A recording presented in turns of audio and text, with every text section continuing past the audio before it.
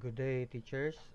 Ako lang i-demonstrate unsaon pag-enroll sa inyong mga students ngadto sa inyong class, okay, in bulk, okay, para sayon ra. Now, ka-remember mo atong gihatag na ko nga file no sa inyo ha.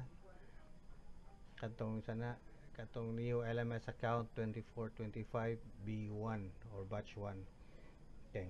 So kini atong kanang ari ta magkuha sa atong mga estudyante. Now, mag-ready lang sa kag blank nga kanang kuan blank nga file kaya mo niya atong gamiton later sad. Okay.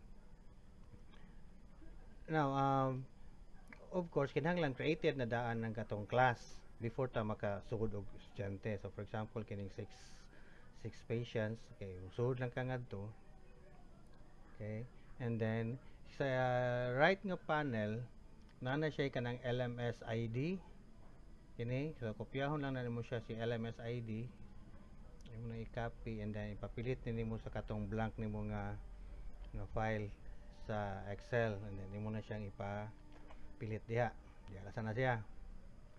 And then sa katong gihatag nako sa inyo ha nga file, okay, for example mga grade 6 man to no. So kopyahon lang nimo kining second column.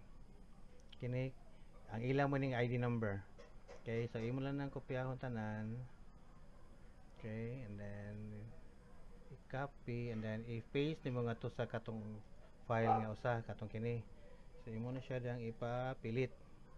Karon kini imo na siyang i-copy sa tanan. Okay. Copy na nimo, pwede na sa nimo nag-autofill. Okay, created na. And then imo na siyang i-save. File, save as PC, ari sa akong documents nga lang ako ni for example og 6P 2024 2025 for example. And then pinaka-importante kining sa save as type imo ni siyang imong kaning CSV. Okay, CSV file man siyang iyang pangayoon. Other files di niya dawaton. So importante nga kinahanglan naka CSV siya. And then imo na siyang i-save. So na. So balik ka nga to sa imong katong class.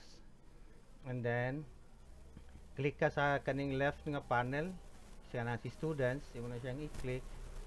And then ari sa upper right kining ubos sa imong name, upper right kaning add.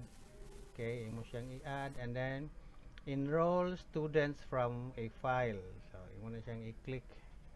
Now here, i-add nimo daan ang file. Kato bitaw imong gihimo katong si 6P. Okay. Kini 6P. Oh, kani siya. Okay, na siya din ha, si 6P. And then now make sure sa kining sa match using kining first niya naka LMS ID siya.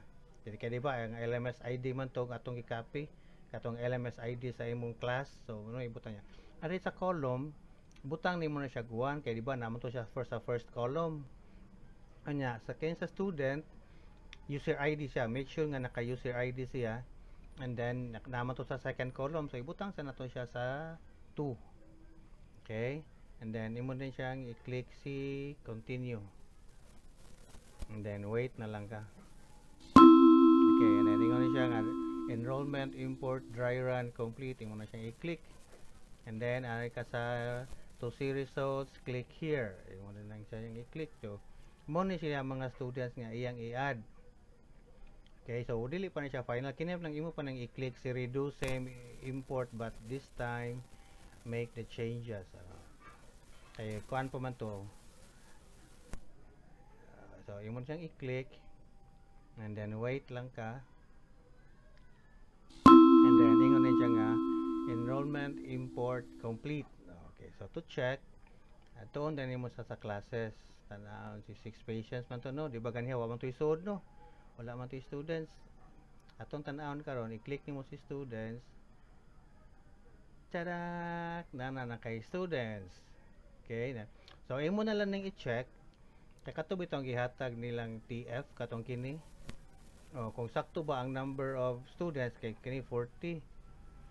Kung sakto ba siya diri kay 38. So kung duha ka to na lang duha ka buok imo pangitaonon. Okay, so that's it. Thank you.